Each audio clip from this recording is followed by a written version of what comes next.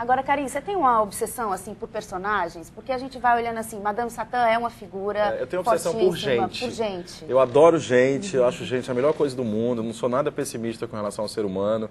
Eu acho que a gente está a cada dia melhor, assim, né? Quando você pensa em 1880, tinha escravo, né? Hoje em dia não tem. Então, eu realmente sou um cara otimista com relação à humanidade, assim. E eu adoro gente, eu adoro fazer filmes que sejam sobre pessoas que eu gostaria de ter encontrado na vida que eu não encontrei, ou sobre pessoas que eu gostaria que tivessem um outro destino que não tem na vida. Isso é um pouco a coisa do Céu de Sueli, assim, né? É uma história imaginada, assim, de como é que essa menina conseguiria mudar a vida dela.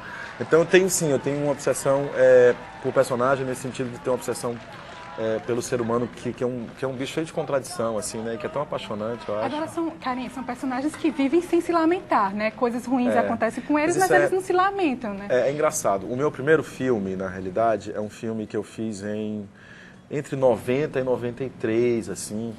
E ele começou sem ser um filme, ele de fato era uma entrevista que eu fiz com a minha avó. Eu tenho uma avó que eu adoro, que hoje tem 103 anos, assim. Isso era em 90, então ela tinha 80 e tantos anos, e eu comecei fazendo uma entrevista com ela, eu nem sabia se eu queria fazer cinema, assim, né? Aí eu comecei a entrevistar ela, depois eu entrevistei, ela tem 4 irmãs, que não estão mais vivas, mas eu entrevistei as 4 irmãs, e isso foi virando um documentário, e foi virando um filme. Aí quando eu olhei para aquilo, eu falei, mas por que isso me interessa, ficar entrevistando essas mulheres e tal? E tinha uma coisa muito bacana, assim, que eram mulheres que foram criadas no Ceará, foram criadas em Fortaleza, de classe média, assim, e nenhuma teve sorte com homem, assim, entendeu? O marido abandonou, o outro marido se separou, o outro marido morreu, o outro marido traiu e tal. Clássico, né? Nada demais, assim, né? O clássico do tempo delas, assim. O que era fascinante é que nunca nenhuma delas reclamou de nada, assim, não é que era só felicidade, assim, mas nunca houve, em nenhum momento das entrevistas, você tem nenhum gostinho de azedo, assim, sabe?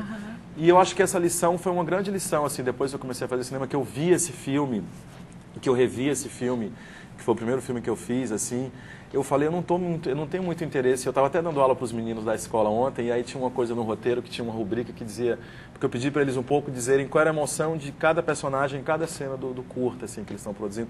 Aí tinham 3 cenas escritas entediado. Eu falei, eu não entendo, entediado para mim, entendeu? Eu não estou interessado. Não me interessa ver um personagem entediado, porque isso nem é cinema, né?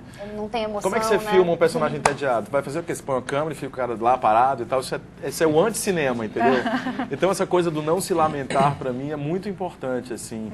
Eu acho que são personagens, se você vê, todos os personagens que estão presentes, são personagens que passam por experiências de prova com a vida e tal, mas que em nenhum momento, para mim é super importante, eu fico brincando, dizendo que o Madame Satã não teria sido um filme que eu assinaria se aquele cara não tivesse saído da prisão e brincado do carnaval, entendeu? Se o filme tivesse terminado quando tem um crime, para mim não me interessa muito, assim. Então eu acho que, de fato, essa coisa do se lamentar vem muito dessa experiência que eu tive na vida mesmo, assim, sabe? Já veio, de certa forma, a redenção?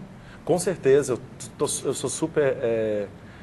Eu sou super fã e mais do que de redenção, assim, eu acho que de explosão, sabe?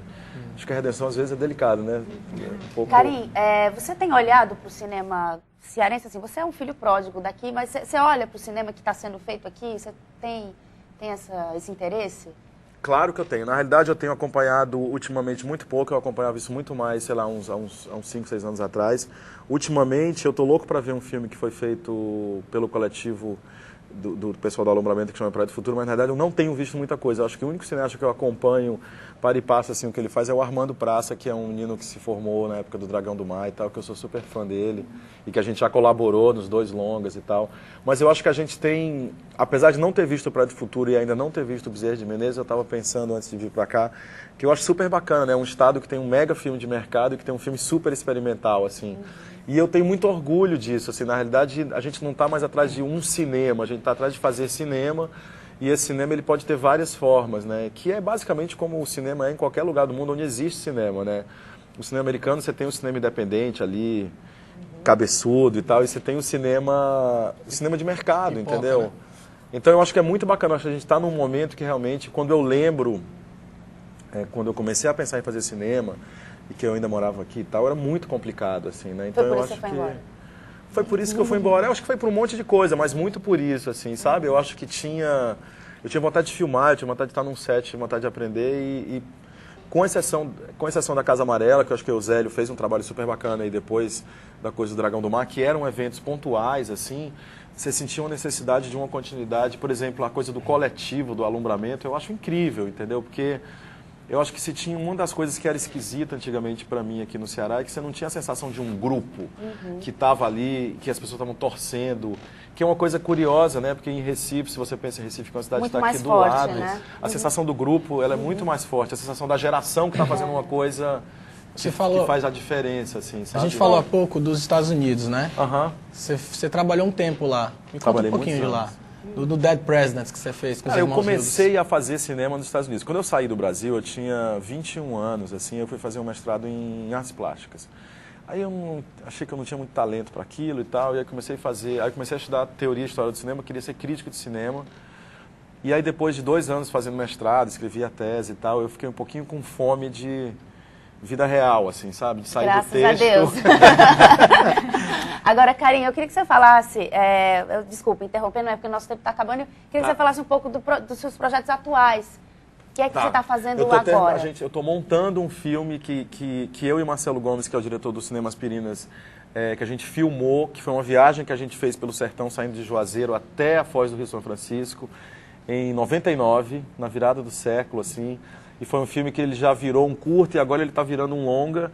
E ele chama Viajo Porque Preciso, Volto Porque Te Amo. E esse filme está em processo de montagem. É um filme completamente experimental, não sei se ele é ficção, se ele é documentário, enfim. Maravilha. Mas é um filme muito querido, assim. E aí estou também com outro projeto, que é um projeto que se passa a metade aqui na Praia do Futuro, a história de um salva-vidas da Praia do Futuro, e metade na Alemanha, em Berlim, assim, um pouco a migração desse cara que está saindo daqui e indo para lá, assim. Novamente os deslocamentos, né? E mais alguns aí, mas enfim, são os da hora esses. Legal. Carinho, muito obrigada pela presença aqui no Viva Fortaleza. Parabéns pelo seu trabalho. Imagina, Nós obrigado a somos você. fãs. Obrigada, Valeu. meninos, também. O Viva Fortaleza termina aqui. Amanhã a gente volta às 10h40 da noite e às 11 da manhã você assiste a reapresentação do programa. Obrigada pela companhia e até mais.